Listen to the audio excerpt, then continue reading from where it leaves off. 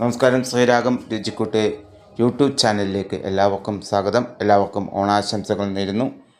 ഓണനിലാവ് 2026 എന്ന് പറഞ്ഞ പ്രോഗ്രാമിൽ ഇന്ന് 9ാം ദിവസം നമ്മളിവിടെ ഉണ്ടാക്കാൻ പോണ വിഭവം കടല ഉപ്പേരിയാണ്.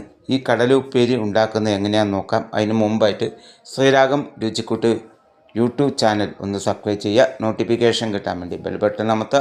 വീഡിയോ ഇഷ്ടപ്പെട്ടാൽ ലൈക്ക് ചെയ്യുക, കമൻറ്റ് ചെയ്യുക, ഷെയർ ചെയ്യുക.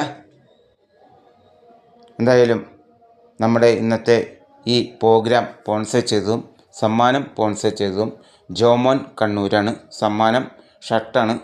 കടല ഉപ്പേരി എങ്ങനെ ഉണ്ടാക്കണമെന്ന് നമുക്ക് നോക്കാം. ആ വിഭവത്തിലേക്ക് കിടക്കാം. കടല ഉപ്പേരിക്ക് വേണ്ടിയിട്ട് നമ്മൾ തലേ ദിവസം തന്നെ 2 ഗ്ലാസ് കടല നമ്മൾ വെള്ളത്തിലിട്ട് കഴുകി എടുത്ത് വെച്ചിട്ടുണ്ടായിരുന്നു.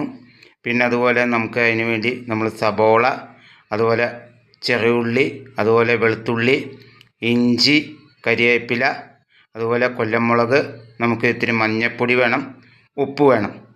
ഇനി നമുക്ക് ഇത് എങ്ങനെയാണ് ഉണ്ടാക്കണമെന്ന് നമുക്ക് നോക്കാം. എന്തായാലും ഇനി നമുക്ക് ഈ കടല വേവിച്ചെടുക്കാം. അതിന് വേണ്ടി കഴുകി വെച്ച കടല നമുക്ക് കുക്കറിലേക്ക് എടുത്തിടാം. നമുക്ക് അതിലേക്ക് നമ്മൾ കുറച്ച് മഞ്ഞൾപ്പൊടി ഇടാം. നമുക്ക് അതിലേക്ക് ലേശം മഞ്ഞൾപ്പൊടി നമുക്കിടാം. ഇട്ടിട്ട് നമുക്കതിലേക്ക് ഉപ്പിടാം. നിങ്ങൾക്ക് ആവശ്യത്തിന് ഉപ്പിട്ടോ. ഞാൻ കുറച്ചിടുന്നുണ്ട്. എന്തായാലും നമുക്ക് ഉപ്പിടാം. ഉപ്പിട്ട് കഴിഞ്ഞാൽ നമുക്ക് ലേശം ഇഞ്ചി അതിലേക്ക് നമുക്കിടാം. 2-3 കഷ്ണം, ചെറിയ കഷ്ണം ഇഞ്ചി ഇട്ടാൽ മതി, അധികം ഇടണ്ട.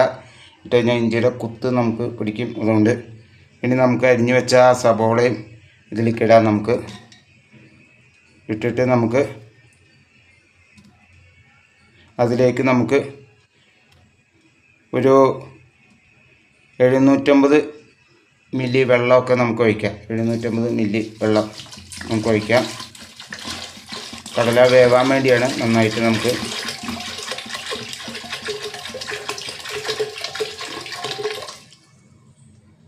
ഇനി നമുക്ക് അതിലേക്ക് 2 തണ്ട് കരിവേപ്പില നമുക്കിടാം.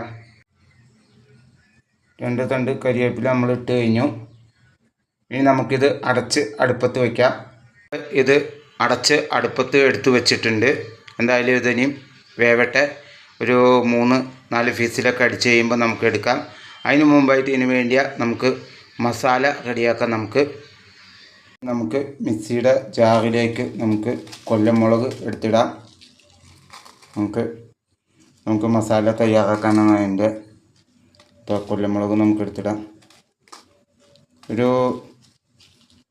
ഏകദേശം ഒരു 10 എങ്കിലുമൊക്കെ ഇടാം. നമുക്ക് എരിവ് കിട്ടാൻ വേണ്ടിയിട്ടാണ് 10-12 ഇടാം. എടുത്തു വെച്ച നമ്മുടെ ഇഞ്ചി എടുത്തിടാം നമ്മളതിലേക്ക്.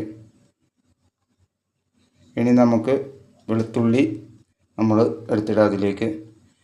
നമുക്ക് ചെറിയ ഉള്ളി നമ്മളെടുത്തത് അതെടുത്തിടാം. നമുക്ക് ഇനി ഒരു തണ്ട് കരിവേപ്പില അതിലേക്കിടാം. ഇനി നമുക്കിത് ചെറുതായിട്ട് നമുക്ക് അരച്ചെടുക്കാം. ചെറുതായിട്ടൊന്ന് അടിച്ചെടുത്താൽ മതി നമുക്ക്. എന്തായാലും മിക്സിയിൽ.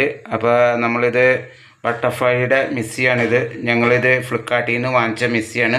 നിങ്ങൾ വാങ്ങിക്കുക. നല്ല മിക്സിയാണ്. നന്നായിട്ട് അരിഞ്ഞ് കിട്ടും. നല്ലൊരു കമ്പനിയാണ് ബട്ടർഫ്ലൈയുടെ. അപ്പോൾ എല്ലാവരും അതൊന്ന് വാങ്ങിക്കുക. ഇതിൻ്റെ ലിങ്ക് ഞങ്ങൾ ഈ വീഡിയോൻ്റെ താഴെ ഞങ്ങൾ കൊടുക്കുന്നുണ്ട്. നിങ്ങളെല്ലാവരും അതിൽ ക്ലിക്ക് ചെയ്ത് ഒന്ന് വാങ്ങിക്കണമെന്ന് വിനീതമായി അഭ്യർത്ഥിക്കുകയാണ്. ഇതിൻ്റെ മസാല ചെറുതായിട്ട് നമ്മൾ അടിച്ചെടുത്ത് വെച്ചിട്ടുണ്ട്. എന്തായാലും നല്ല എരിവുള്ള കൊല്ലമുളകാണ്. സൂപ്പർ മുളകാണ്.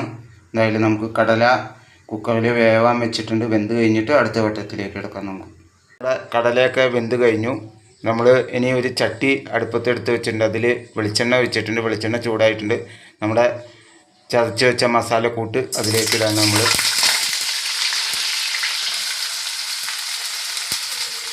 ഇനി നമുക്കൊരു കയ്യിൽ വെച്ച് ഇളക്കാം.